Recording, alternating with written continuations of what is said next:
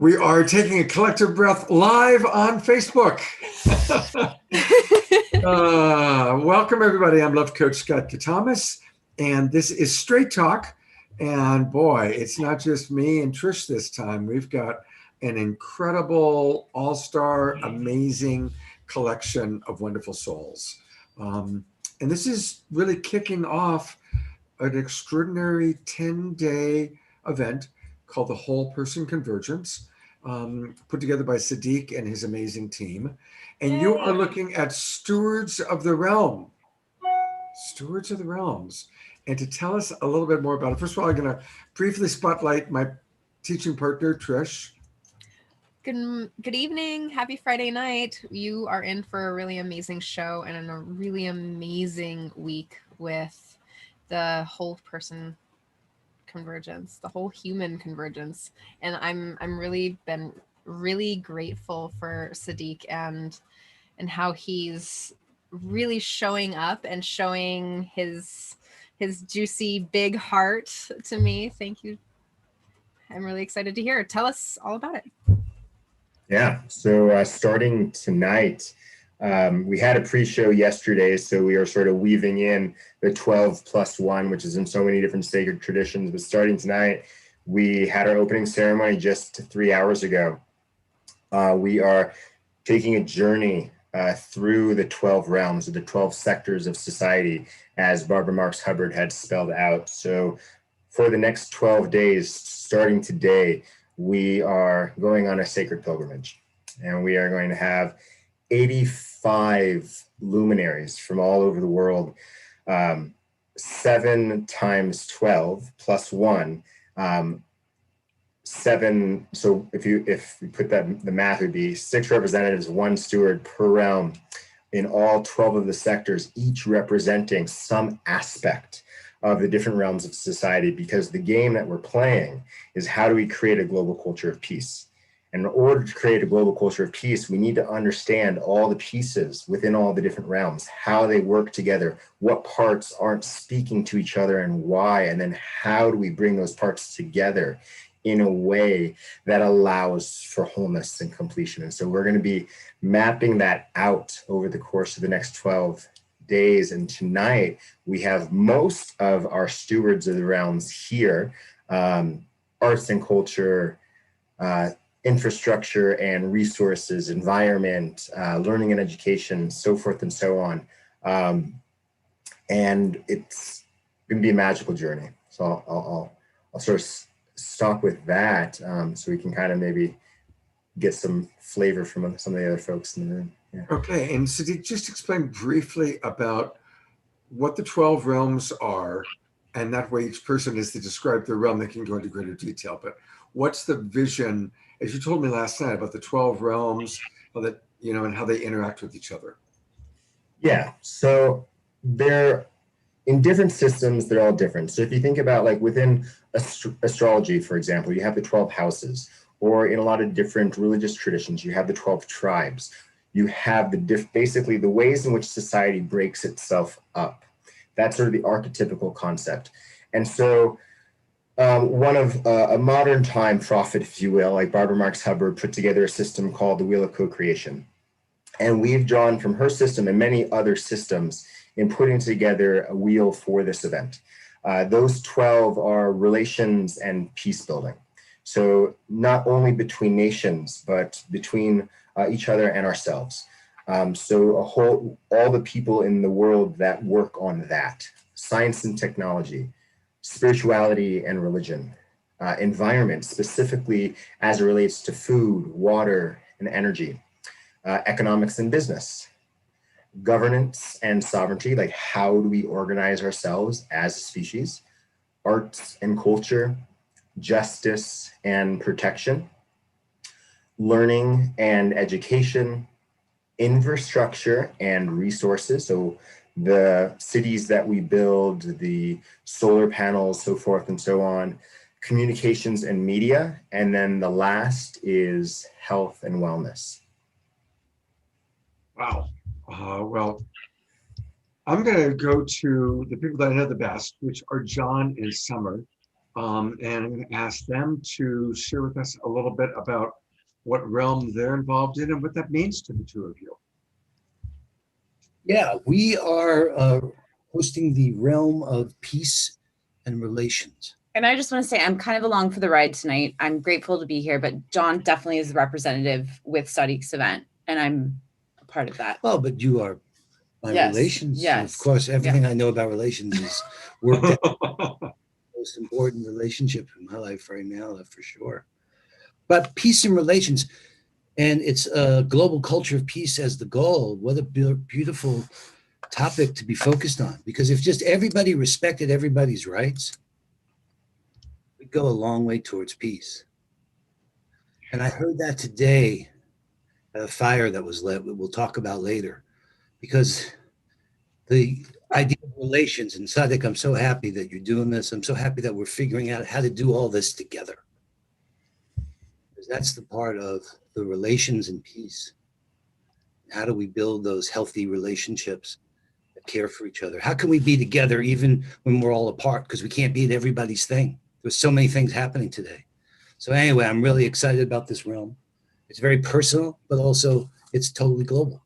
And I'll just speak to it as well, that of just the little bits that I am aware of Sadiq and the way he looks at things. And I appreciate the patterning of the sacred geometry and the numbers, and Barbara Marx Hubbard, and she's so woven in so much of around the sign network, and so many people that are drawn to synergy and collaboration and making bridges and being a part of these prophecies that are unfolding with the indigenous people, and in a respectful way. So I think that's everything to me. So I'm grateful to be here in the realm of peace and relations. Beautiful. You know, I'm just going to mention for a moment that we're all kind of in the awareness that this planet is going through an incredible change. Obviously, I think we all know that. But there's a lot of prediction about December 21st. And from an astrological standpoint, there's an incredible conjunction of Jupiter and Saturn happening right at the same time as our winter solstice. And so my understanding, and I'll add you for a moment here, Sadiq, is one of the reasons that you put all this together in this timing is to kind of like this is a 10-day culmination bringing us to this amazing event from an astrological standpoint and an energetic standpoint. So is there anything you want to say about that? And John, I have a feeling you might know a little bit about that, and then we'll meet our other keepers of the realms. Yeah, I think a lot's going on many different levels. I think, speaking to some of the work that has been going on in partnership with Earthwalk and John and Summer, with the Enlightening Our Way, they too started an event this evening that's going for 11 days. And so we've been flying side by side, Eagle, Condor, Energy, and Dragon in there as well. And there's a lot of different groups out there that are honoring this rites of passage, as I would call it. And a lot of the lineages are talking about, this as being that time of prophecy that a lot of different lineages, if you go through a lot of the different texts, are talking about. And so even just from the astrological, most of us grew up in this concept of the age of Aquarius and the dawning of the age of Aquarius. Well, according to just astrology, that period officially goes forward and starts on, I believe it's the 21st, if I have that correct. And so basically the Piscean age that we've been in is officially ending. Like we've been in actually the cusp for the last 8 years, I believe it is. And we go direct that day. And as we go direct, there is this moment where Jupiter and Saturn are conjuncting, and we're actually going to be streaming live with one of my mentors, Ayman Sawaf, who wrote the book Sacred Commerce, and also is the founder of the Whole Life Expos. And he is actually getting government permission to go into, did you have his book in front of you? Yes, that is one of my dear friends. And he is he's getting government permission to go into one of the pyramids in Egypt. And we are going to be broadcasting live with him at 10:10 a.m. That morning, Mountain Time. And then we're switching over to Anastara, who is on this call with us at 11:11 a.m. And she's actually going to be doing a download during that celestial event. So in many ways, yes, this is the shedding, according to what many believe, of the age that has brought us here today, and this new age that we're about to step into, which a lot of people talk about as an age of cooperation. Beautiful. Well, that might be a good time for us to put the spotlight on Anastara. Anastara, tell us about what realm you are representing. Maybe also anything you want to add about this astrological time. Oh, yes. Thank you very much, Scott. Anastara Maka here, mother of 1111 Unify and the 1111 Community Network. And it is my great pleasure to be the steward for spirituality and religion. Really, in these polarized times where there's so much left, right, blue, red, blue, like we need to find a way to be in the middle way, the beauty way, the middle ground, where we can see all sides, because it is infinite. There's infinite possibilities around us at all times. And so one of my core values and beliefs when I look at spirituality and religion is that everybody has their own unique path towards source or God, goddess, whatever name you put to it, that energy that is within you and without, the creator of our lives, and how we cooperate with each other in that divine matrix to create the reality that we're in. And so the duality matrix is really about polarization, us, them, etc.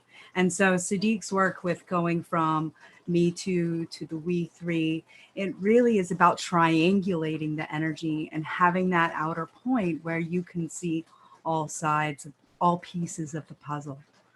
And so who's to say one side is right and the other is wrong? Everybody has their own phenomenological world, which is the way they experience and perceive their world. And so when we come into a place of pure compassion and acceptance for everyone, whatever their belief systems are, that's when we can move into this new golden age and this peaceful age of Aquarius that we are all saying is going to start becoming this reality. We're moving from the 3D reality into our fifth dimensional experience of Mothership Earth. And that is a place where we all live in harmony with each other and the land. So this is in my heart and open to guiding conversations and being a part of them all week long. Thank you for having me. Beautiful. Thank you, Anastara. Yes. Well, I'd like to just talk a little, like I want to read the first line of the Whole Person Convergence website. And it's Building Bridges Beyond Barriers is a whole person event series produced by Earthwalk. And I really want to hear a little bit more about Earthwalk. And I really want to hear about who, like, tell me more a little bit about gosh, I'm losing it a little, sorry. About the realms. Like, who's next in the realms? Yeah. I'll just randomly pick. How about Becky? I'd love to hear about Becky. Hello, everyone. I'm so grateful to be here and so excited about this new realm that we are all adventuring into, and grateful to Whole Person Convergence and to Scott and Trish for having us here tonight so that we can invite you to join us on this adventure for the next 12 days. So I represent the communications and media realm, and my work in my career since I was a wee girl has been about the written word, and then going on to communications in marketing and public relations, and then in media and broadcasting. And so our particular realm I hope the people that we're bringing together, we aspire to dive deep into extract the things from the old story that might still have meaning that we can bring into the new story of what media might be. Many of us here are representative, I believe, maybe all of us, of the new media. And the new media is not this flat thing that you just turn on and have an experience and watch it and kind of tune out. The new media is about engaging people in having an experience, having an educational experience, having a emotional experience, allowing emotions to be expressed and witnessed, storytelling, and where people hear stories. And I believe we're creating media for that. The fact that we can have this dynamic conversation from all over the world in this extraordinary way and bring you, the viewers, into this experience is just absolutely speaking about what the new story is, and that it is right here. We're co-creating it together. So my particular realm, I'm really excited and look forward to exploring that and what we can learn from the old story and what we can co-imagine and invent in the new story that can help heal us and bring us together the way Astara was talking. Anastara was talking about bringing us together in I call it a unity consciousness. And so I'm just super grateful. Thank you for letting me share. Well, thank you, Becky. I always love when she says, when I was a wee little girl. It's just so sweet. It was awesome.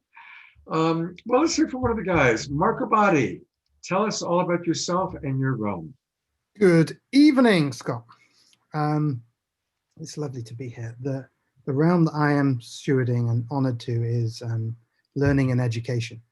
And there's something that I've always been fascinated in is what enables people to grow and acquire things, and what stops them from growing and acquiring things, whether these are new effective habits or whether these are old addictions or anger points that they're not dealing with.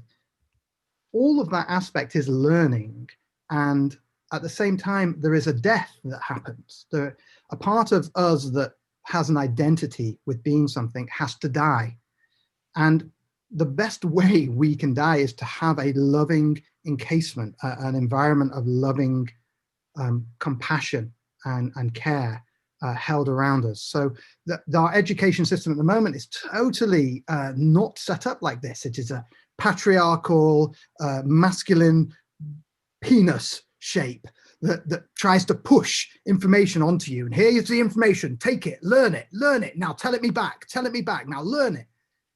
It is madness, it is heartless.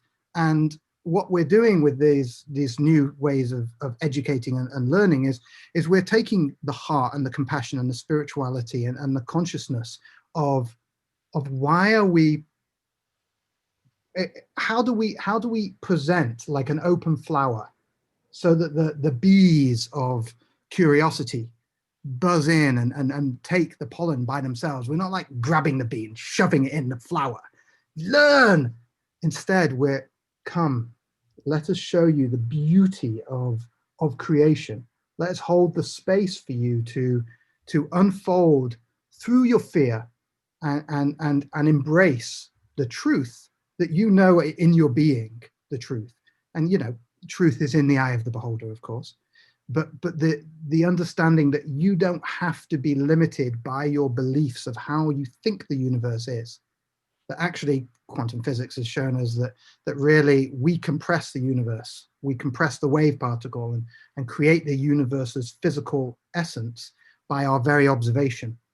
And again, in psychology, we know that we notice things and we find things that we look for, and we look to confirm the data we think we know. So the essence of learning and education is really to provide a space where people feel safe and held and embraced enough to die the edges that they've been holding that limit their belief systems, both in what they know and what they feel and think and do. So it's really love is what we're talking about, holding a loving space of embrace. Sounds like a really feminine approach, which is my whole shtick actually with my business partner right now. Yeah. It's like really showing up in that loving, open, fully embodied space. And I'd really love to drop it back in to ask another female-bodied human as Miss Hawkins. Would you like to share about your realm? Thank you. Thank you. Greetings, everyone. And I am so honored and excited to be here. I believe that what we are experiencing in this 12 days through the 12 realms is going to be magical, actually, because it is all interconnected. And as the steward of the health and wellness realm, I look at it as the golden thread that weaves through each of the other realms, because we're talking about health of the individual, health of relationships, health within our communities, health within our governments and our countries, and as it relates to our planets and our animals and trees. And one of the things that I am very passionate about bringing further into this conversation too is about the fact that a lot of our health and illness is because of the foods that we have learned that we are able and conditioned to eat, and really bringing things back to, through unlearning to learning. And I love Mark Body's just whole education methodology, because that's what we're in. We're in a space of heart learning and listening to what our bodies are telling us about what it is that we put in us that helps to make us better as who we are, having our true essence and energies to explode within us so that we can be our highest and best selves, and learning how to use food as medicine. We have those who know this, who have been actually struggling through the Pisces age, and those who have thought in the masculine realm of power and control and manipulation. And it is time now, and it is happening, where the feminine energy is emerging to a very powerful degree. And I say powerful in an energetic sense, because power can also be quiet. It can be very soothing, versus the power that we have been conditioned to understand as hard and pushy and manipulative. So in health and wellness, again, I believe that part of what we are going to continue to see is how to honor the earth, because the earth is what has the ability to provide us with everything that we need to nurture our bodies, that help us to nurture relationships. How many tables have we been around sharing, breaking bread, and sharing the good foods, the vegetables and the fruits that are from the garden? And the garden was the original source of food, and we're going to get back to it. There are studies that have proven that if we grow the right foods, enough food can be produced to feed the entire world, that there would not be hunger as an issue that we deal with. And as we're moving in this space of Aquarius and the love and light that is coming through it, I just have to say that innovation and technology, collaboration, co-creation, all of those things are what health and wellness are about. When those are in our essence of communication, so much is able to happen. And we're going to see that as we move into the next decades. And I'm just so excited to be a part of it all through Earthwalk and all of the other amazing organizations connected to Earthwalk. Thank you, Lynn. It's such an embarrassment of riches with so many amazing speakers here. I'm going to put the spotlight on you, Peter, and hear a little bit about which realm you are the steward of. Well, thank you. So I think I'm kind of the newbie here. You guys are all so awesome. It's like, I feel like I'm walking into a group of people I don't know and I know very well. So what you're saying is so, I'm feeling it and I appreciate it. My realm is economics and business. And I'm an entrepreneur. I am also a therapist. I have a private practice. I'm a writer, a published writer. I teach. I do lots of different things. And one of the things that I get asked to speak on occasionally is this new entrepreneurial spirit that is evolving. And that is, I think, one of the gifts that COVID is actually giving us right now, where people are being called to look at business and the economy in a different way. And I love the words that I'm hearing from people. And I think business is really the area we can create an enormous amount of change. And if we, part of my goal is that we enlist people like the health and wellness people. We enlist people like the media and entertainment people to actually, because they've been, you're the realms, those realms have been doing the big push that I think business is finally waking up to. Business is transforming. It's becoming less about the bottom dollar for the investors and more about the global economy and the cash that is created, not necessarily through the purchase of a product, but through the connection and the relationship to or with that product, or even the maker of the product. And so there's a lot of shifts happening in business that business needs to embrace a lot of the realms that have spoken so far.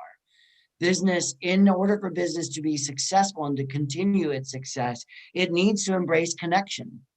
Business has been going in this realm of, I'm just going to throw stuff at you and expect you as the consumer to take it. And consumers are now saying, that doesn't work. I'm not interested in that. And if you're just going to keep hitting me in that way, I'm definitely not even going to engage with your product or with the message. And I think over the last 10 years, businesses have been really starting to understand that. They've been developing ways, maybe not genuine ways, but they've been developing ways to connect with people in more of a heartfelt manner, in a more of an authentic manner, more of a transparent manner. And the words that have been thrown in so far that I think business is working on embracing are words like co-creation and connection and communication. And for businesses to really grow and thrive, I'm going to encourage people, whether you're an individual entrepreneur like me, or whether you actually work with a larger corporation, to bring those words and the understanding of those words into your mission statements. And a lot of people are having to rebuild their mission statements in the business world right now. What is your mission statement for the product that you are creating and that you are sharing with people? So to bring these words into a mission statement, that it's not just we have a mission statement of selling 10,000 widgets or 10 billion widgets. It's not about the widget. It's about the connection that we have with people that allows us to actually share our products and not just throw it out at you. And so this realm is something that I was actually a little uncomfortable with when Zadik came to me and said, hey, what about this realm? I'm really feeling it. And I said, okay, all right, I'll trust you, Zadik. It's a realm that I've been in as an entrepreneur. And it's been fun to actually have my feet in the real holistic side of life. And now this sort of traditionally looked at upon as kind of cold and practical side. And I think business is waking up to the idea that there needs to be a merger. It's kind of like in my field, we're starting a Chamber of Commerce, a portion of our Chamber of Commerce. And our Chamber of Commerce is actually creating an integrative business council. So where holistic practitioners are being welcomed into the business space, whereas prior to that, holistic practitioners weren't really they weren't welcome. They were looked at as the woo-woo people that nobody could kind of relate to. So I think I've talked too much, but I think there's wonderful things happening in the field, and I love the collaboration that's happening right now. Peter, thank you. And I just want to acknowledge you for pushing up against your discomfort and just knowing that you are the best person for this, because like knowing that you're pushing against that and having that faith that you're in the right spot at the right time. Thank you. Well, thank you. Appreciate it. I'd really like to introduce Jonah, who's been on the show before, and give him an opportunity to just take it away. Tell us about your realm. Oh, Jonah looks frozen. All right. How about Joshua Hathaway? Oh, he's we here. will bring on Joshua while hopefully Jonah gets his technology going. Hey, Joshua. Good to see you. Hello, friends. Good to see you all. Thank you so much for sharing these beautiful visions, this mosaic that we are creating here through the many realms of our lives. It's beautiful to see sort of painted in words here. And I am honored to be stewarding the realm of governance and sovereignty in this new, beautiful future that we are conducting. And for me, it could easily, just as easily be called collaboration and sovereignty. And what does it mean to be a sovereign soul, 100% responsible for oneself, governed by no one else, and yet collaborating together in a whole which deeply values consent, which holds high thresholds, and that is ultimately not governed by people, but governed by love, by a vision for our collective thriving. That's governed by a commitment to understanding and empathy. That's governed by a sense that a deep understanding that this fracture that we inherited between the good of the individual and the good of the whole, like we're like pitting them against each other somehow in our conditioning, is just dissolved, is healed. And we recognize that every individual thrives more fully to the extent that the whole is thriving. To see our collective body as a human body, as a living organism, and to recognize that the distribution of resources throughout that organism are essential for the thriving of the whole organism. To recognize that, to get out of this sense that the brain is the thing that's actually controlling the body. Oh my God, I'm so glad that my brain is not in charge of my heart and my lungs and all of the functions of my body. Oh no, decentralized leadership. The body knows exactly what to do.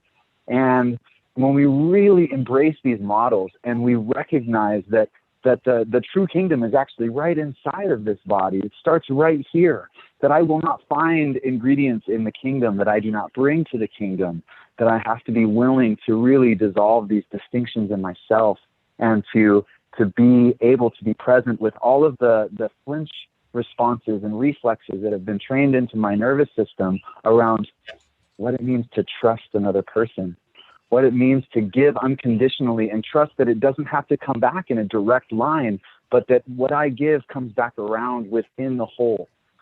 So constantly learning how to walk this beautiful tightrope between our radical sovereignty, radical responsibility for every ingredient that I put into the cauldron of our collective creation, and this radical interdependence, knowing that I can lean in and trust that we are doing this together.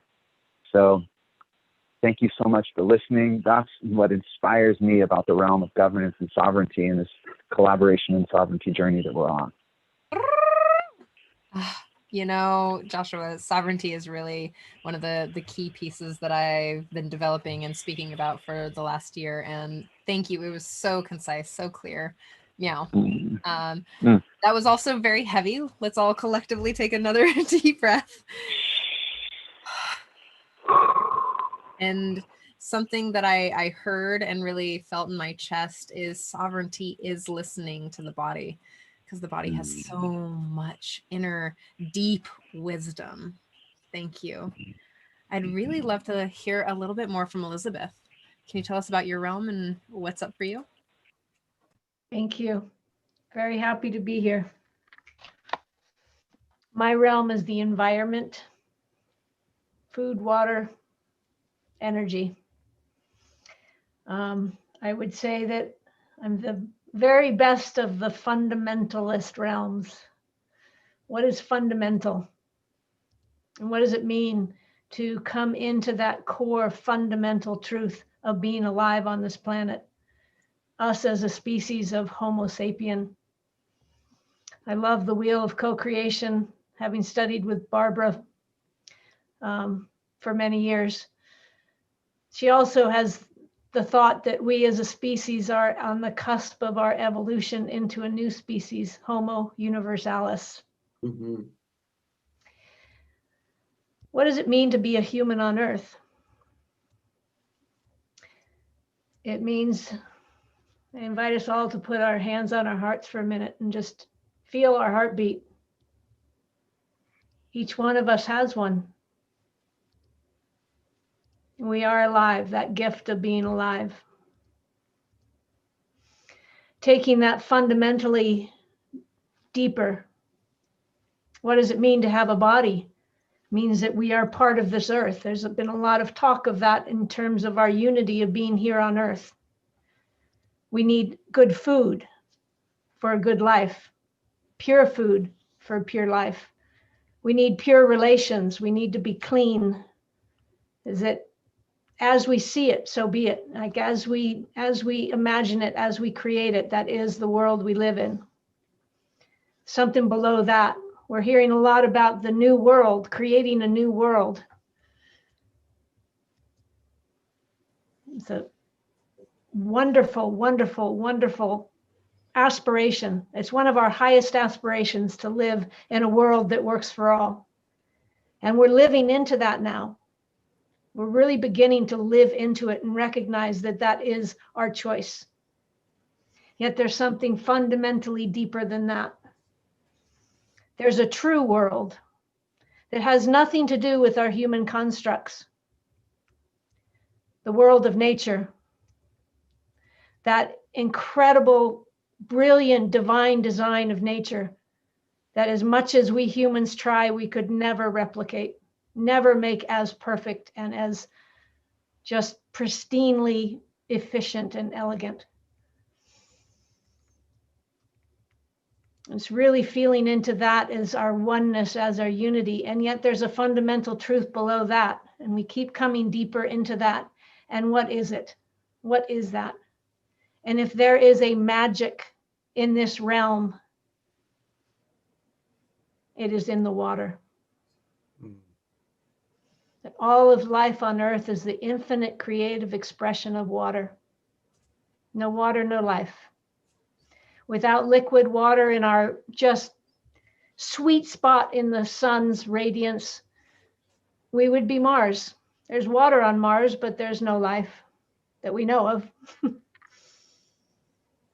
So what does it mean to in that magic, and that the quote that thousands, and I would say hundreds of thousands, millions of people live without love, but not one can live without water.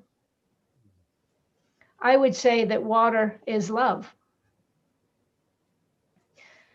So taking it deeper even into that, recognizing that 99% of the molecules in our body are water molecules. Can't be 99% of anything without being that thing. So if we are water, how do we live as water? So that's where I come to with this environment, is really recognizing that we are water, living on a water planet, being expressed as water. And that is our common bond. The covalent hydrogen bond is what links all of life to itself. So coming into that and recognizing that our relationship with water on this planet as a species is in this fatal delusion of separation. That's where we need to come back into remembrance of who we are on this species, in the species, as this planet, as this water. And when we can come into alignment with this, our essential source water, we have the greatest ally for healing ever. Mm. So I call us to come back into remembrance of our sacred relationship with water. Mm. And when we do that, water will take care of the rest, because that's what water does. Water rejuvenates, water revitalizes, restores, recycles, renews again and again and again and again. Our bodies are 80% water. By volume. Yeah. 99% of the number of molecules in our body are water molecules. Yes. So we are. Because they're small. They're really small. And yet they're infinitely connected to themselves. Water is only water because it's connected to itself. Elizabeth, thank you. So with that celebration, we get to dance like water. And life is actually really super simple. That we be in this love of water and love, and we're loving ourselves. We're loving each other. We're loving the planet. And we're loving the fact that we can be creative. Absolutely. So, Elizabeth, thank you for bringing our attention and calling us back into honoring the water. It's in the ceremonies that I've sat in, it's one of my favorite parts is when we honor the water. And it's one of the longest parts for the places that we have sat in. And it's so fluid and feminine and human and embryonic, and it's just that juicy bit of really honoring that humanity and honoring that flow. Absolutely. It's the water, and as it rains down right now in California, we're so grateful for the water. Thank you for calling us to presence. It is our most authentic self. Yeah. I would also like to introduce Jonah again. And it's nice to see you back. Let's hear about your realm. Aloha. Thank you, Trish. Yeah, it's good to be back. Appreciate the patience with the technology. So I'm Jonah Martin Lyon here with representing the realm of justice and protection. And I love coming right after Elizabeth. We've connected on the waters themselves, and been thinking about this realm of justice and protection. I really want to call in, and like the following up of that environment is to think about like there's such a passion in Kuleana, sole purpose around us as being stewards upon this planet and protecting our natural resources, protecting our water, protecting our land, protecting our air, protecting our culture, protecting ourselves, our humanity.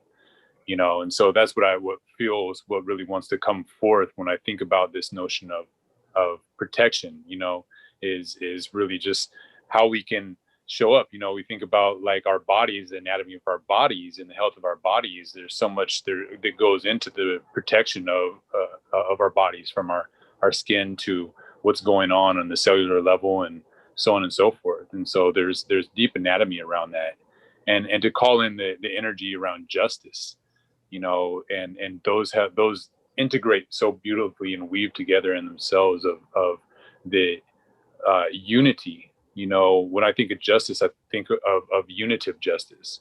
I think of what it is to bring about, to let go of any of the learnings and the information along the way that we've had to that we've moved through in our evolution, in our process as water beings, that information, that wisdom dropping into us. But like, how do we bring love to that? How do we bring compassion to that? How do we bring forgiveness, to that? And justice, when I think of both justice and protection, especially after following this water, is what happened at Standing Rock as an example. How people from all over the world came together for the protection of water.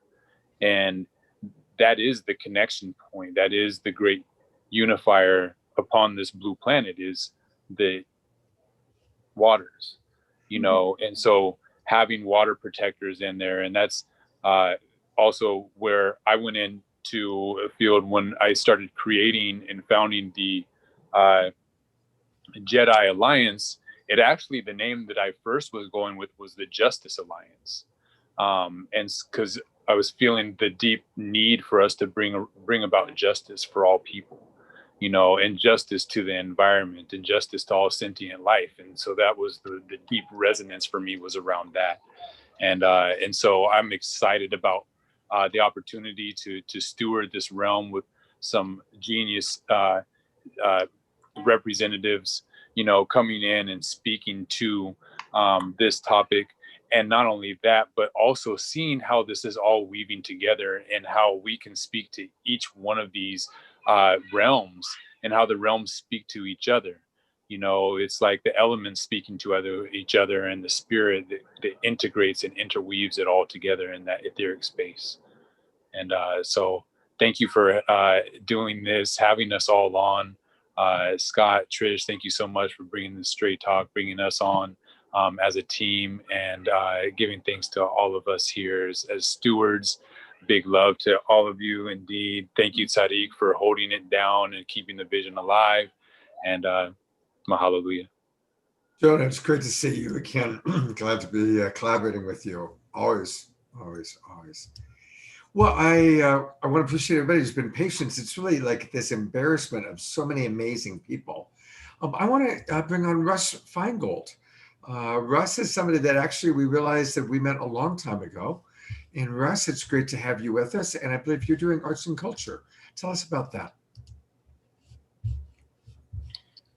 Wow, sounds like a deep breath. What a beautiful tsunami of wisdom and information, and most importantly, connection. And for me, I'm going to segue into art in a moment, but this is art. Beyond what anyone is saying, I'm just blown away by the miracle that we're here together. Coming in a good way, just to be together in a good way. What came to me as Brother Jonah was speaking, just feeling where he's coming from. I'm way more interested in where a person's coming from. It's so easy to get caught in our words and get caught in concepts. And almost everyone who's spoken has mentioned the heart. And that is really what my life work is about, is the healing of the heart. So when you start talking about the heart, you're strumming my soul, my soul song, my heartstrings.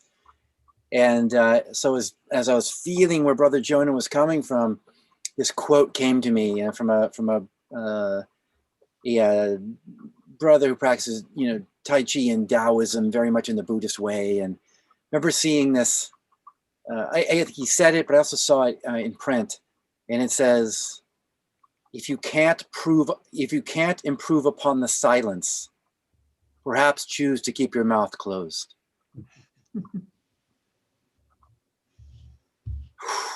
So that was the transmission I got from you, Jonah. Even in your words, I could feel your silence. And you're speaking from the silence, sharing from the silence. And Elizabeth, I could feel underneath. And that's where we spoke earlier. There's an earlier conversation about this agreement field that we're in. And that this agreement field is mostly based on a violation. And for us to come back into the heart and reestablish an agreement of a shared reality of care is really where we're at to heal this true pandemic, this true disease of the mind, of dis-ease, not being at ease in our minds colliding, but the shared heart. And my favorite art is the art of the heart. I guess people could argue that art is anything. And sure, maybe. But what I'm most interested in is the art of the heart.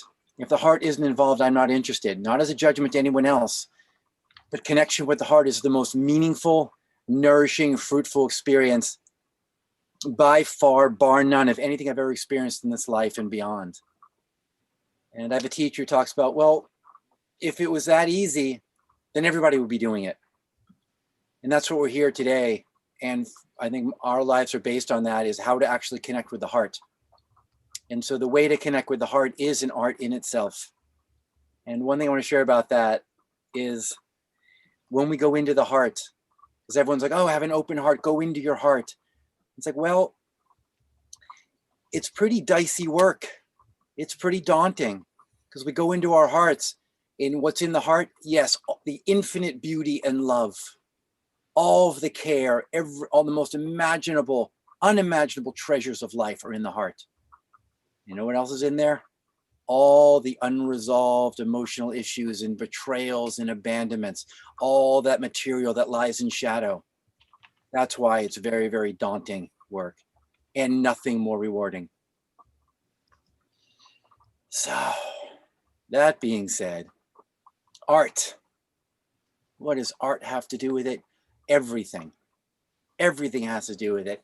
And as I was sitting here, art was just the spirit of art was just flowing through me and all around me. And what came to me was, who am I to tell you what art is? But I'll tell you what art isn't.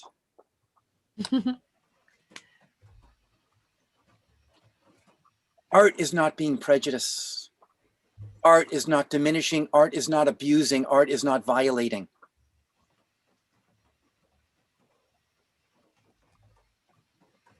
Mm. And then I'll segue into art is what happens when you stop trying. Yes. Art is what's left when you stop pushing your agenda. Art is what is left when your ego lets go. Mm. Art is what we are doing. Art is the interface, the dance between our bodies and our souls.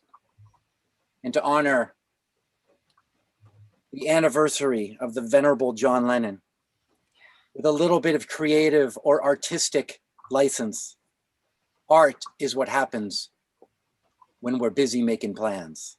Mm. Russell, thank you. Thank you for that.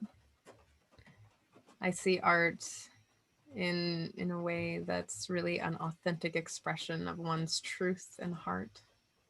And I love how just succinct you said that, and how your heart just vibrates out in all of that.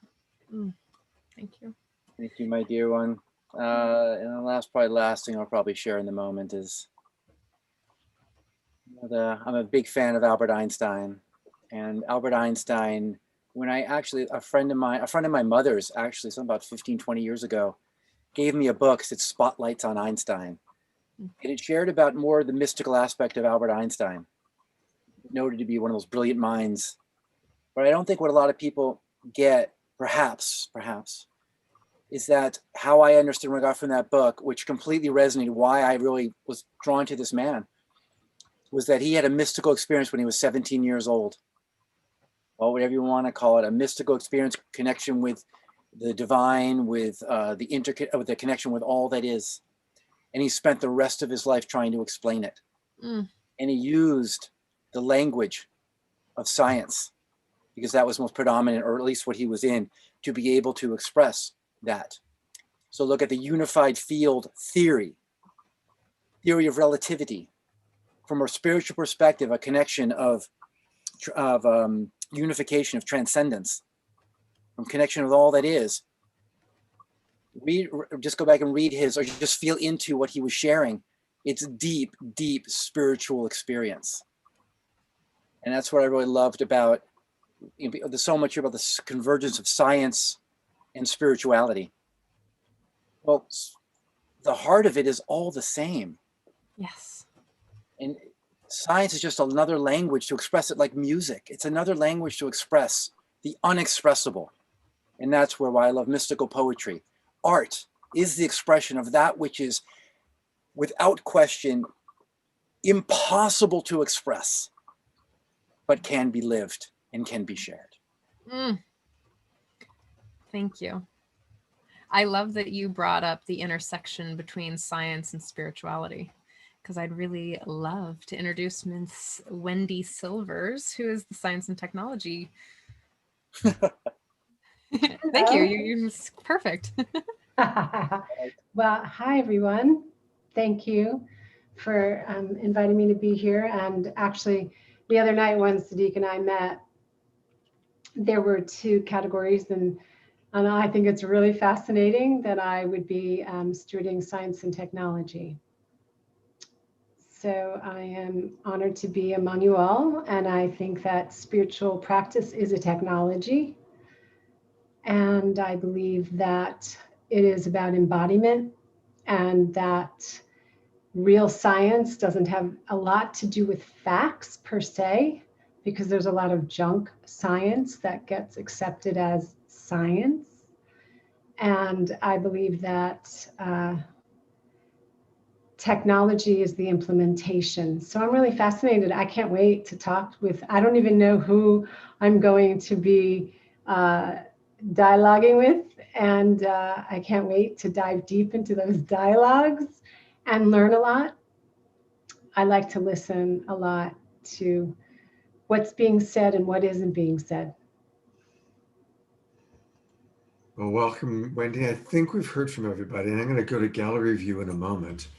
But I want to actually share a pretty cool thing about the convergence of science and spirituality. About the most ancient texts that have survived are the Vedic scriptures written in Sanskrit about 7,000 years ago. And in the Vedic scriptures, God is called Brahman, and there are 26 principles assigned to Brahman in the Vedic scriptures. Fast forward to today, when our most sophisticated form of science is, of course, quantum physics. And we now understand that there's a unified field of ever-changing molecules that we're all a part of. And guess what? Scientifically, they have determined right now there are 26 principles of the unified field. And the 26 principles of the unified field perfectly correlate with the 26 principles of Brahman, or God, as defined in the Vedic scriptures 7,000 years ago. Meaning our most ancient spirituality and our most modern science are coming together and converging. One last kind of cool thing, we had Deepak Chopra on our show a couple of times, and Deepak points out that the average person, if you live to be about 90 or 95 years old, you will in your lifetime share approximately 10,000 molecules with every other being who's ever lived. You'll have had 10,000 molecules that were in Jesus's body and Hitler's body and Cleopatra's body, and of course, all the people whose names we will never know. So I just had to throw that in there because I think it's really, really cool. So I'm going to gallery view, and I have an idea. So we've all heard different realms. So I want to open it up to anybody who wants to express how their realm might be challenged or needs to collaborate with one of the other realms, because that's, as I understand it, the whole point. I mean, the word is convergence. It's the whole person convergence. We're living in a time where, in order for business, we've got to fuck the environment, and and vice versa. And there's all these like the ways where we aren't collaborating. So who wants to bring up how your realm is longing to connect with one of the other realms? And I'll open up to anybody. You know, Scott, I have something to say there. Okay. It's funny because I'm one of the founders of the Compassion Games, survival of the kindest. And I couldn't help but feeling attached to my realm, relations, and peace as I heard the other realms. I said, okay, wait a minute, how does that compare to my realm? And well, there's something you just said that is really profound, I believe. I want to underscore. Because in the relations world, today was a remarkable event. I've kind of been on the frontiers of what togetherness looks like, which is what we did today I've never done before. So we lit this global fire. And it actually is the 8th fire. There's a prophecy about it. But literally on Zoom, fire burning in the back country of Australia with Uncle Lewis. And he played his didge.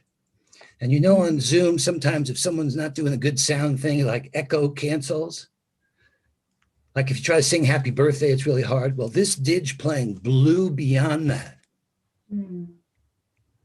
and touched this community experience that we're having online. And then this fire from the Amazon, elders came out of the Amazon. So it was a sacred fire, not like places being burned. Yeah, just no, to be this really is clear. global fire. A fire. But the thing I just wanted to say that ties this together, thank you, Summer. Yeah. It was a really remarkable experience. Like today shifted in a way I'll never get over. Is the prophecy of the eighth fire says that the pale people, and we've been doing this event about the Global Center for Indigenous Sciences and Ancestral Wisdom in support of the Indigenous world. But they said that we would reach a point where we'd realize there's a fork in the road. And one way looks beautiful and green, like thriving, and the other way looks really dark. But what we choose to do is to not go down either of those paths, but to turn around and realize we missed the wisdom that was there all along the way. And that's why it was so profound. And we did Spanish to English translation, real time in a Zoom experience. Were you able to pick either channel? And we were connected and related in a way I'd never, and such dignity, these people who came out of the jungle to say, now is our time. This is the fire. Prophecies, dynamic change, and this was Phil's theme for this. And Hereditary Chief Phil Lane Jr., I know he's sleeping well tonight. Oh. Thank you so much, John. Thank you so much. Oh. A little bit more that I would just say too, in light of the collaboration part, and in the the sharing around the fire, is I just felt a connection of all the. I mean, it was like we need all of the realms together. Yes. I don't want to just collaborate with one. How can we like be converging together with all the realms all the time, no matter what? Like that's what I felt too of what you're expressing. Exactly. Just to connected to these realms is like I felt that through all of you. It was like a bubbling of connection that was happening. I also wanted to share that I'm excited that we're going into this process as far as allowing the different realms or the stewards of each of the realms to start talking with each other and asking the important questions of like, do you see me? Do I feel seen by you? Do I feel like I want to collaborate with you as a realm or not? And because one of the things that we will be doing over the course of these 12 days is after we go through the journey of the realms, starting this Sunday and all the way through Friday, the next morning on Saturday, the 19th, we're going to have 6 roundtables similar to this. So every single representative that has been invited, so all 72, are going to be paired into each of those 6 realms. So 12 representatives, one from each realm, just like here, are going to be paired with 2 of the stewards, so 2 of the people here. And we're going to go through 6 roundtables and ask the very question that Scott's talking about. As far as we're going to actually start doing this whole process, we're calling it societal constellation work. So some people know about family constellation work. So we're going to have all the different realms talk to each other and say like, is business talking to arts and culture? And if they're not, what's going on with that relationship? And let's like really deepen and explore it, not with any angle of like, villain, victim, hero, but just like really like, just what's the relationship there? And how can we really hold space for that? And so what you just invited, Scott, I'm excited because we're going to be doing that for a whole day with all 85 of the characters. That day. Yeah. Wow. And how are people watching? How do they get involved? I want to make sure that we reach it out. So anybody who's watching this, how do they get involved in what's going on here, Sadiq? Yeah, we did our best to make it really simple. And so all you have to do is go to our website. And it's earthwalkunited.org. You go on to the front page, right there, front and center, there's a portal. You click on it, and it then brings you to another page that has the layout of the 13 days, meaning again, the 12 days, and then yesterday with the pre-launch with our global partners called the Greater Collective. They sparked the fire, and then we launched our part, the 12 days today. Each day is in there. So for example, today is day 1. You click on day 1, it shows the entire schedule. You go in there, and then next to each of the line items with the schedule, there's a little link. You click it, it'll take you right to the room that we are all together in Zoom. So it's that simple. We try to make it extremely accessible, so no matter where you are, all you have to do is go to one place. Beautiful. All right, I'm going to go to gallery view and open it up. Who's someone we haven't heard from for a little while who wants to kind of connect your realm to one of the other realms?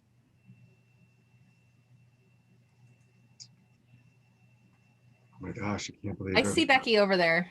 Oh, okay. We were waiting for the gallery. The gallery view, I think we have to click it to make it so for us. It's extraordinary. It is. And, you know, when we offer these convergence, sometimes it can be overwhelming because there's so many topics. And for those that are watching, I just want to invite you always to lean in where it brings you joy and playfulness and curiosity. You know, many of us have passions and things that that resonate and actually bring us joy in that work. And I feel very grateful and privileged for feeling that way. And sometimes, but I didn't always feel this way. There was a long time when I was not connected with my joy. And so I just wanted to say that, like, as we each are committed to co-creating these conversations and deepening our understanding and having these roundtables where we learn from each of the sectors, we'll hold that space, but then the participants can go and find the things that resonate and bring them joy and make them feel animated and activated. And what, as Joanna Macy says, feel active hope. Because hope to me is a verb, and it means taking actions towards co-creating the world that we believe is possible. And so I just wanted to share that because it can be, I mean, just all of these topics, like I'm passionate about each of them, but where do we start? So I just wanted to offer that. Thank you. Beautiful. Thank you, Becky. Thank you. And yes, as panelists, you get to choose whether you're on speaker view or gallery view, but I've got right now for the world, we're on gallery view. Russell. It is exciting. I'm super excited. And it's beautiful to feel being in the conversation. And we're in it's a living prayer. There's a living ritual that's happening right now. And I can feel the spirit of art and culture in me and speaking in a new way as I interface with this living prayer. So I find the spirit of art in me. I see where I want to gravitate towards, which is health. It's like, oh, health. I live there, and I love, my whole life is about health on all levels: mental, emotional, physical, spiritual, sexual health. And where I need to go, I'm feeling very artistic. I want to speak like this. Where the spirit of art wants to go is to speak to governance. And I feel emotional. I feel scared to speak to governance. I feel that, like, you're going to control me and try to hold me down and imprison me and not let me express the deepest yearnings of my soul. And I'm sorry if I've abused my privilege to be able to express creativity when it wasn't safe, when it wasn't sacred, when it was violating what I thought was artistic, but it was actually a violation. And I'm afraid you're going to pin me down and make me pay for my sins. And I want to talk with you in a way. How can I meet you? How can I assure you that I'm healing, and I'm going to come in a safe way, and I'm going to be more authentic, I'm going to be more real and more vulnerable. I'm going to make it safe so that I don't necessarily need to be governed. And perhaps that's the governance that I seek, that I need to be responsible. Maybe that's the heart of new governance, that we're responsible and accountable, and that where I'm coming from is correlated to divinity, correlated to something that's real and true and necessary, and something healthy. So I offer that to you as a prayer of peace, as an olive branch, and ask to be met in the middle, in a new dance, in a new way of being, and offer that to you and ask, will you meet me? And what would you have to say? And can we dance? Governance, do you wish to speak? Yes. Oh, my precious ally, my beautiful friend, art and culture. My heart swells with grief and regret for the ways that my previous incarnations have been in some way at war, that governance has been an art of control and suppression and deep mistrust of the artistic impulses, the beautiful, chaotic impulses of life force that come through art. And I can only imagine how scary it is to trust that you can let the fullness of your radiance shine and not be tamped down, not be made wrong. And I just want to humbly ask for your forgiveness for the ways that in the past my realm has exceeded its margin and its authentic, integral capacity, and encroached upon your realm and not included you. And what I want to commit here and now is that beauty is one of our highest values. Our systems must become beautiful. Beauty is an essence of what we're here to create in governance. How can we allow our systems of collaboration to be good and true and beautiful in service of life and honoring of the genius, the innate genius of everyone, calling that forth and inviting that, and yet creating a safe structure and environment for that to come in, a harmonious space, an inclusive space.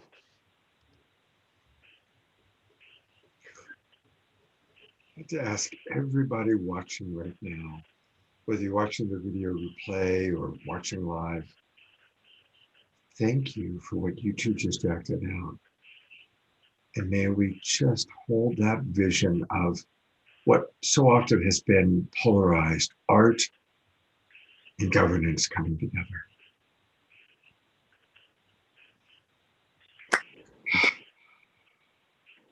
This is the essence of the masculine and feminine right here in a certain way, right?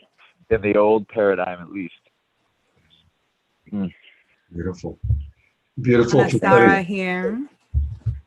Anastara here, speaking as spirituality and religion. And I wanted to step up to sister science and technology. I know that we've been separated for so long. When we were in unison in the past, we were one. We are one. Our understanding of the divine matrix and everything that connects us all is our science of today. And it is our deep ingrained belief in that interconnectedness, that oneness that we all experience, that is the basis of spirituality and religion. And we separated not so long ago when Darwin wrote his book about evolution. And there was no more creator story that God created the day and created the world in 6 days and rested on the seventh. And this religions were questioned. It was never our intention. Please, can we get along? I know we can. And as we move into this next golden age, this is what is necessary. Cooperation and collaboration from the scientific field into our spiritual beliefs, our core values, and how our governance is, from integrity and sovereignty to the non-aggression principle of just not hurting others, that we can live in our sovereign bubble and be our true sacred selves. And that science and religion together is magic. It is magic. And we all believe in magic. We did as children, and we must do so again now. Because it is the magic that we behold that co-creates our future Earth vision together. Science, will you come play with me? Yes.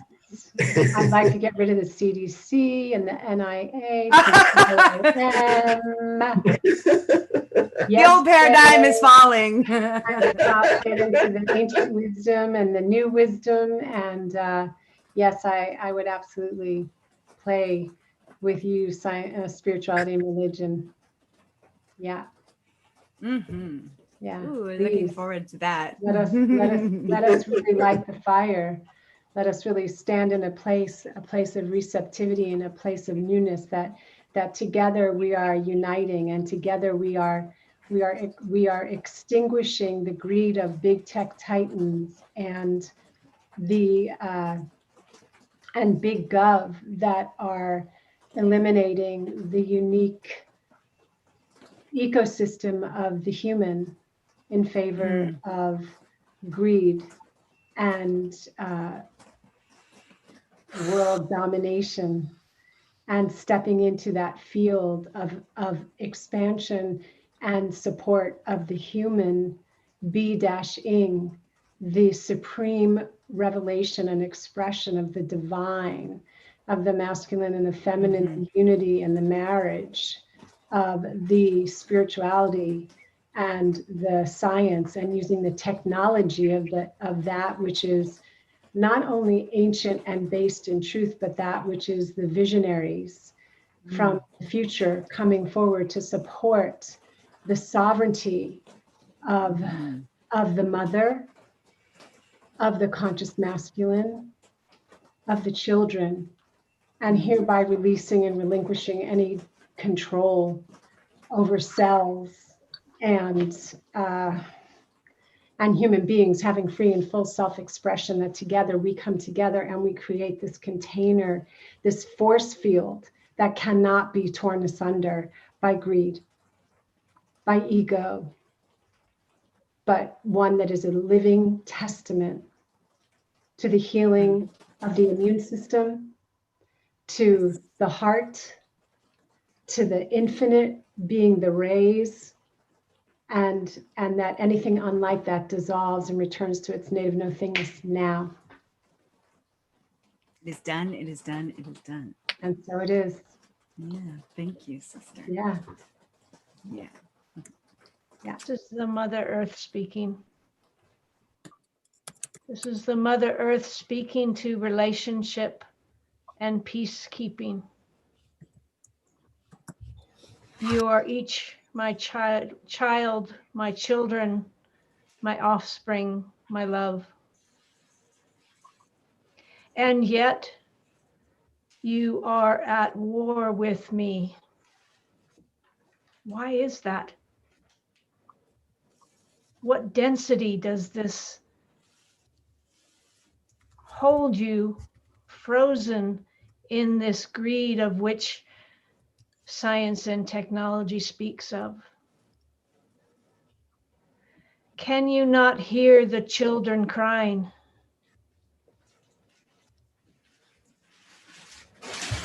Are we going to continue this play of separation? We are together. We are always together. We have always been together. We can never be torn asunder, ever, because we are one.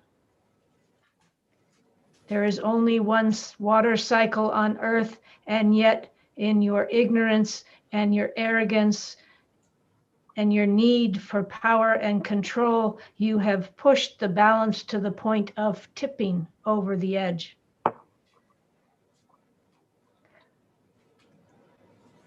What can we do to come back into correct relationship with our source?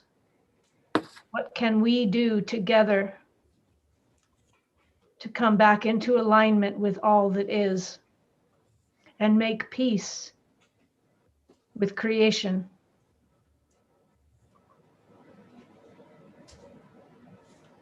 We must retain what remains of the natural world or suffer irreversible consequences.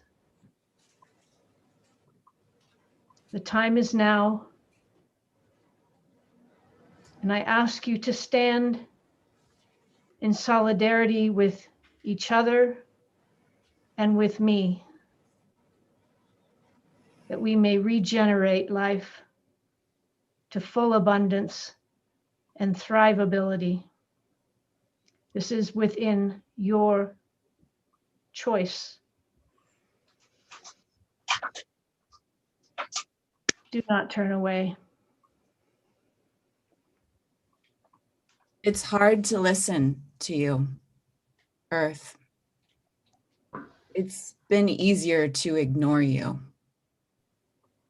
and to want to focus on where you're cared for and where you are beautiful and where you are thriving. It has been hard to actually be in relationship with the places on you that are hurting the most. It's been really hard. It's overwhelming how much pain you have.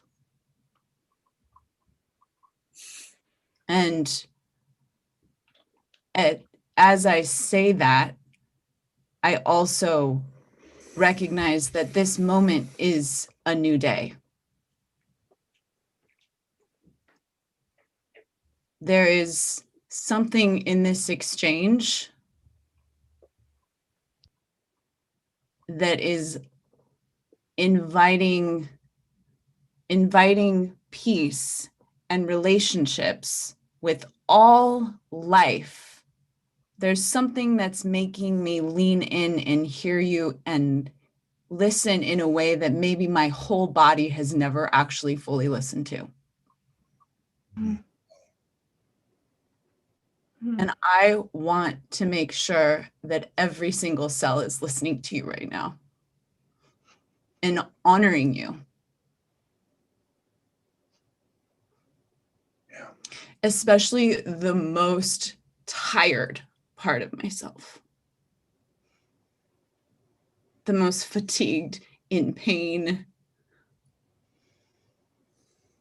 Part of myself that even thinks I know anything right now wants to hear you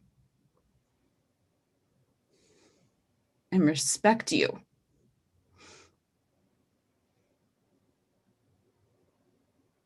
So I don't know all the answers, but I do know that this moment is a new opportunity.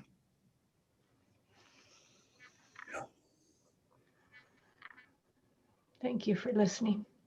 Yeah. Thank you. Yeah. It's just been too easy to take you for granted. You've been taken for granted. Assume that somehow you would miraculously replenish and that there was an infinite space, infinite resources that you even thought of as a resource. We were born into this way of thinking. Fortunately, we are awakening and remembering. This is evidence of it, this conversation right here. That we are rising together to realize that it's that intrapersonal holiness that leads to the interpersonal wholeness. And we have not been in balance. This woman today from the Amazon, she came out of the jungle. She said, "You eat money." It shook me. She reminded me, that's right, we're so out of touch that our food is our money and we have forgotten the earth. So this turning backward is the best hope. We don't need to get smarter. Maybe just a little more present, a little more heart, and a little more space for you to be heard, and for that science and spirit to balance. is to allow for the unknowable, for science to tolerate the mystery, and that maybe for some crazy reason we've all arrived at this moment to be a part of this great turning. May it be so. May it be so. Please forgive us. We're awakening and remembering. And I love you. Yes. I can't live without really you. do. I can't live without you. I want there to be life way beyond this lifetime that looks, I see a vision of peace where all of you is thriving and beautiful and you're happy and you're cared for. Never taken for granted. Remembering me. Grateful and gratitude. Remembering that relationship is the currency of every living system.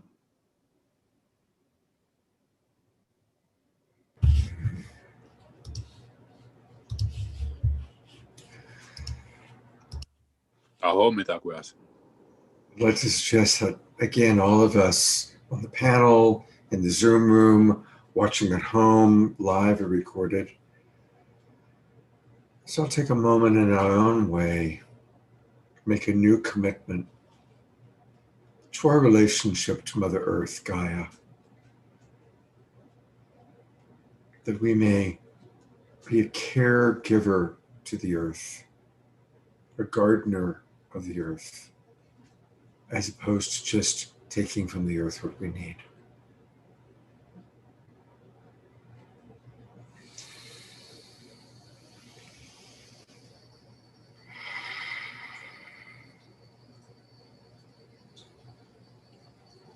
Aho, Ashe, Amen.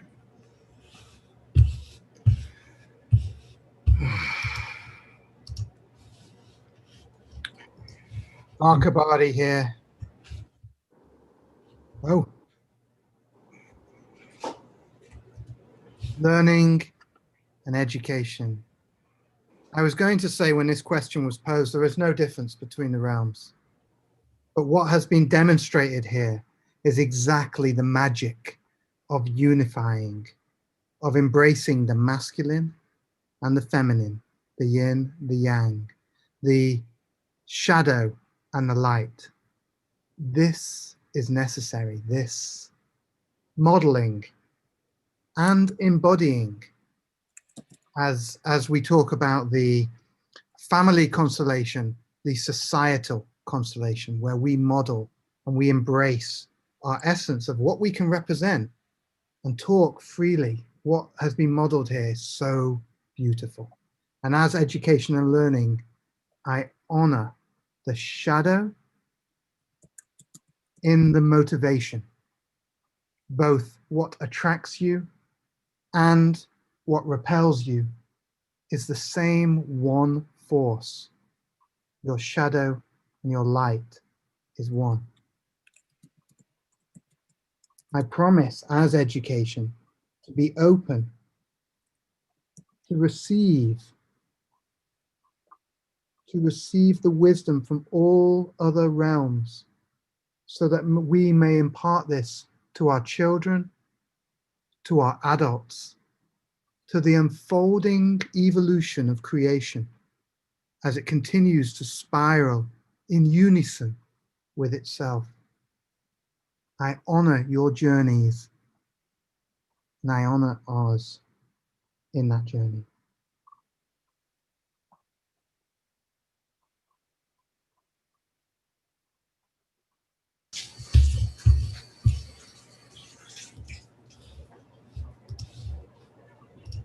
And I'd like to speak as business. And as business and economics, I've found it difficult to reach a lot of you. As business and economics, I found that the tool that I am is often made wrong or bad or punished, and as if I'm supposed to come to reach you and to remind you that I am a tool, that business is a tool, and that it is a tool that can be used to take all of your skills and to bring them into economies, into systems. And that business is made up of people, and the rules of business are structured by you. And so I invite collaboration, and with the recognition that I am a tool for you to use, for you to engage with, for you to pick up. So many times spirituality and religion is afraid of business and feels that I'm going to corrupt or make wrong or somehow poison your spirituality. And I am one of the best tools for you to use to share your spirituality, to bring it to the masses, to allow more people and to allow the flow of it into the economy, the economy of the systems. If you don't like the way that the business is being run, then step into it. Come to me, share your music, your life, your art. Bring that connection that you have in media, bring the education you want to demonstrate, you want to disseminate into the world. Business has been ostracized by many of these groups or used in a way that isn't appropriate or not sustainable. So bring your ideas and your knowledge of sustainability to business. Let business actually support the rebirth of the mother.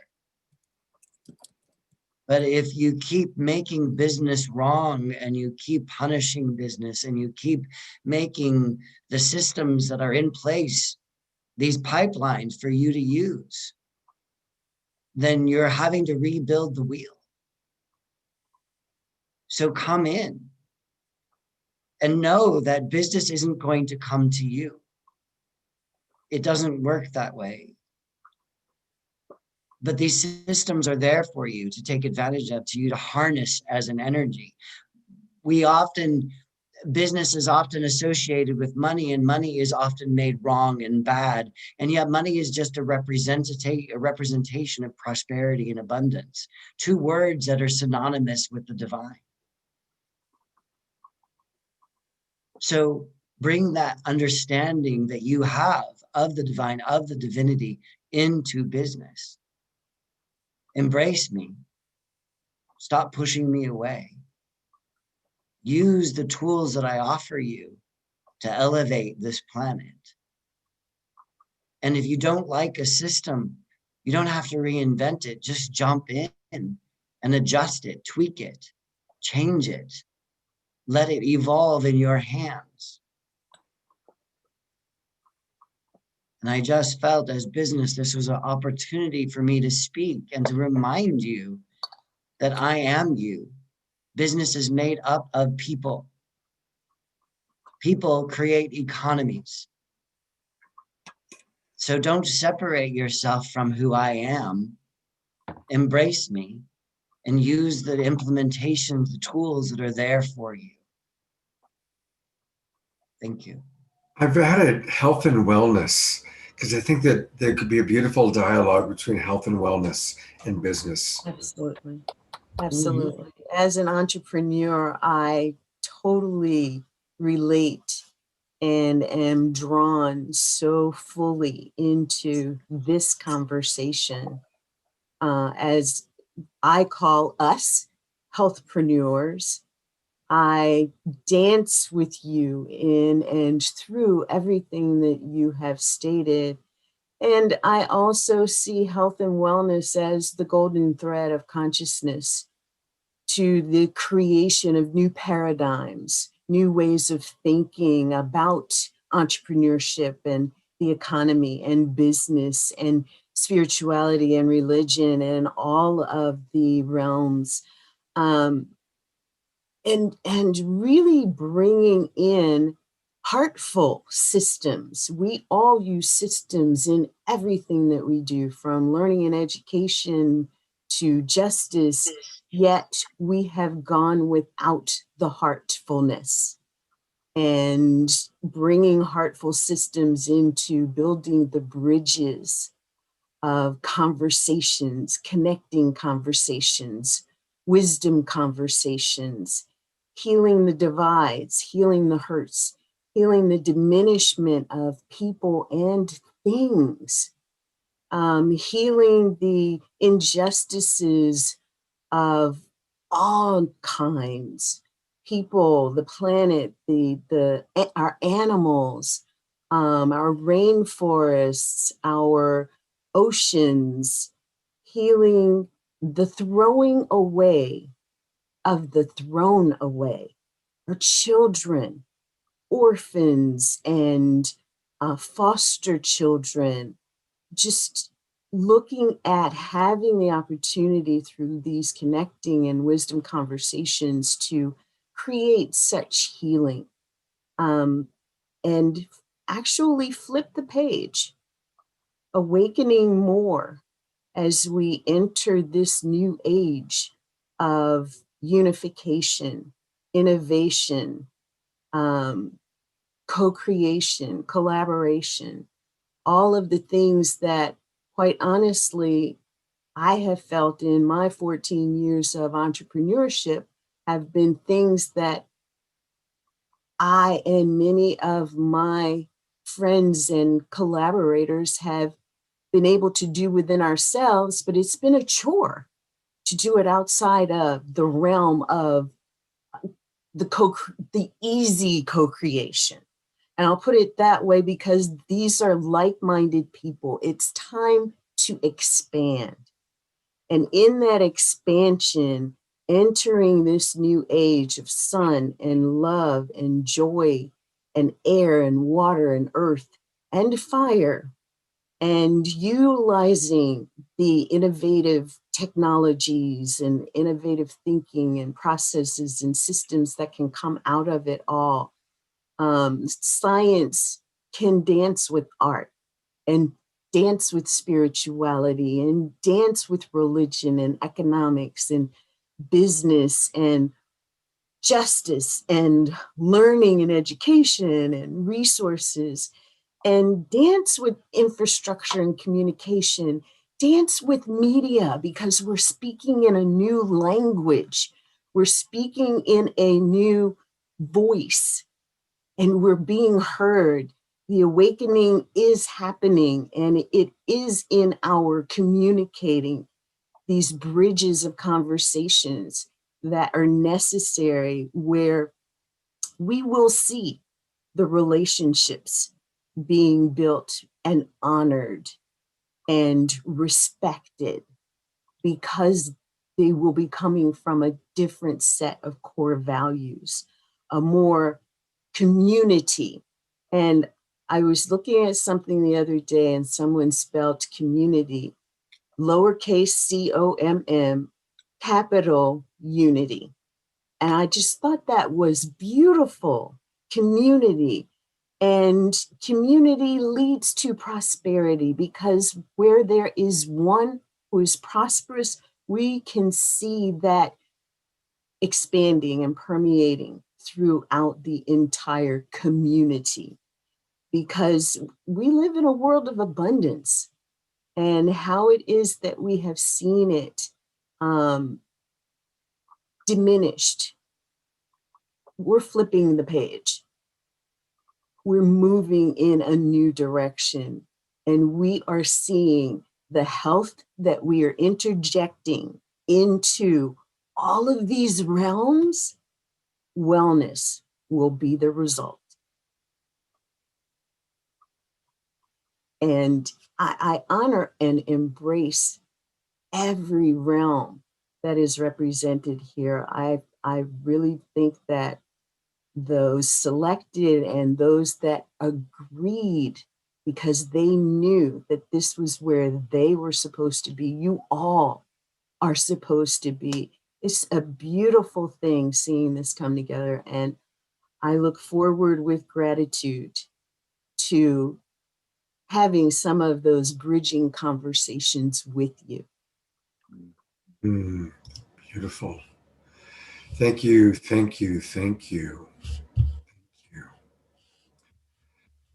I want to go to Sadiq for a moment because he wants to, I think it's important for us to also know all about the elements and how the elements are going to fit into this extraordinary tapestry that we are creating. So tell us a little bit about the elements, Sadiq.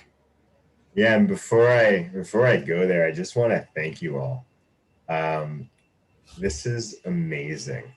I was telling Trish in some of the side chat that I've been dreaming of this for quite some time, doing societal constellation work and allowing for all of these parts to talk.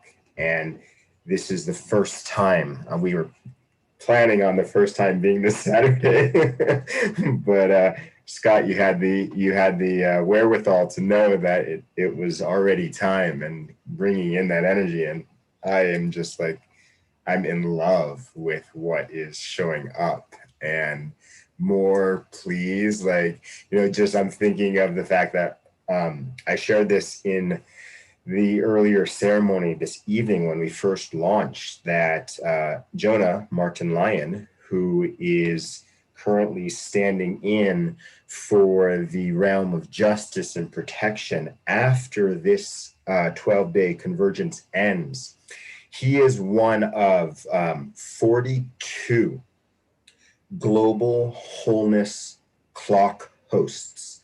And on 12/12, so tomorrow, we are launching on 12/12, we're launching the 555 moments of joy, but on solstice, we are launching the 222 moments of wisdom, meaning that we are going to have a show every day at 2:22 in the afternoon, where it's focused on a moment of wisdom. And Jonah is, after the event series is over, is one of our 42 hosts, and he's hosting a moment of wisdom. We have 6 different moments, and this will sort of dovetail into the conversation, that question that you asked me as far as the earth, air, fire, water. And then there's also through time, even though like in the system we have ether is the 5th, but I actually moved it to where we have its source, or like the integration point or creation point, and then the dissolution point. And we'll explain that in a moment. But basically, the 4 elements, earth, air, fire, water, are going through space.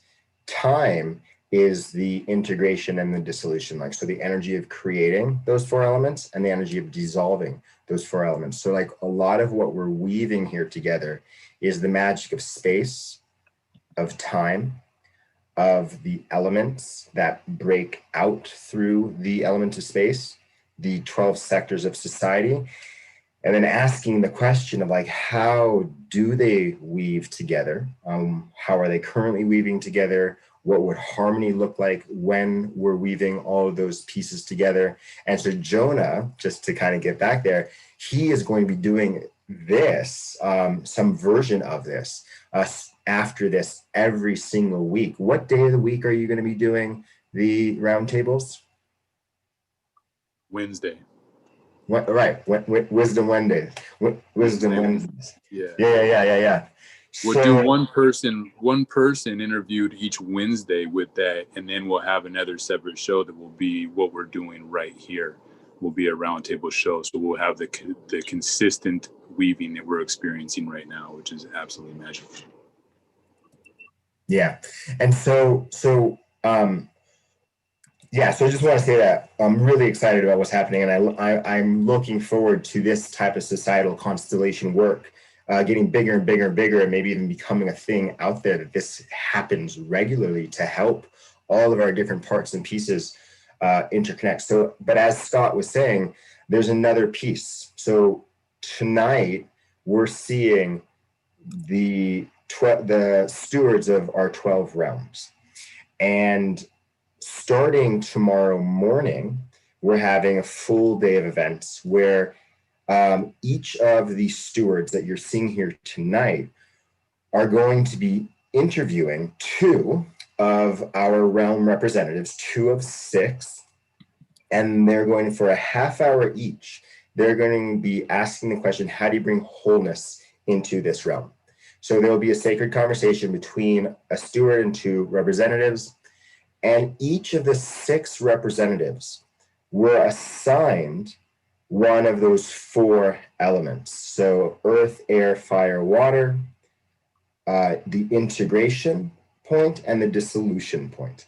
And so the whole, and how much to go into that now, I don't think is really where I would want to go. But the concept being is Earthwalk as a global organization. Our mission is to help create a global culture of peace. From our perspective, in order to do that, we have to understand time and space.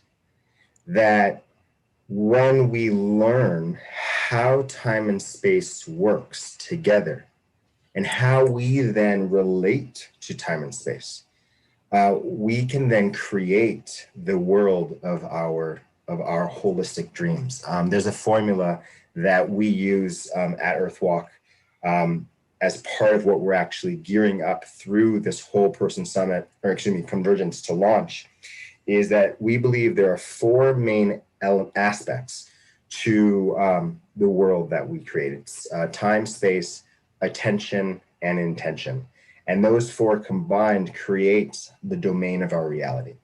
And so when we bring loving intention and attention to our time-space continuum, if you will, so like to all these sectors, to all these elements, to all these aspects that integrate, then we're able to create that global world of peace that so many prophecies have been talking about, that so many people have been talking about, that so many of us, I believe, have been yearning for. So what we're doing is we're mapping it all out so we can actually make a science of how to get to, from where we are, to that global culture piece.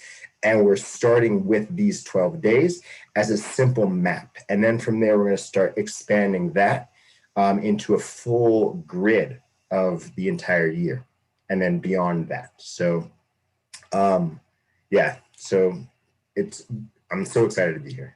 Well, thank you so much, Sadiq. Thank you all, you beautiful humans of the realms. Like, that was the most epic constellation I've ever seen in my whole life, and I've seen a few.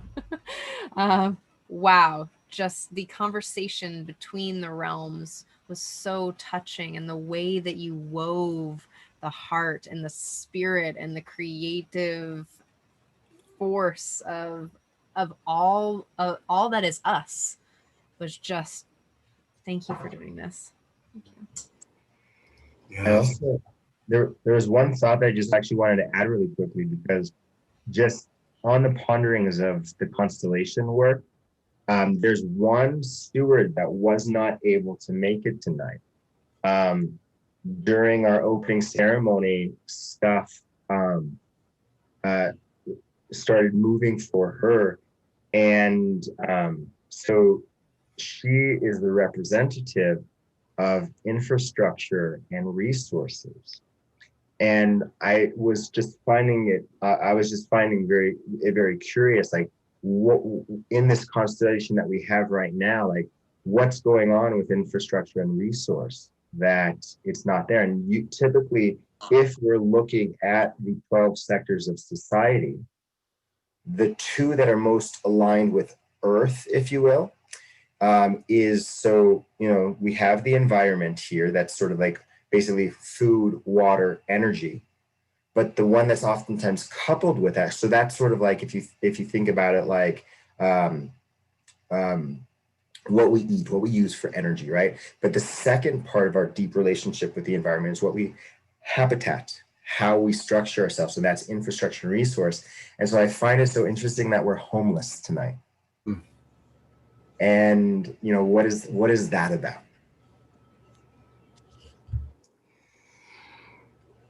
We shall allow everyone to ponder it. Everybody else can come up with their own. I do want to, we're almost done here, but I want to just bring up again, this is the Earthwalk website. It's earthwalkunited.org. And so this is where you want to go to find out all about this incredible convergence that has just started tonight. It's going to go on, and there's so many elements to it, no pun intended.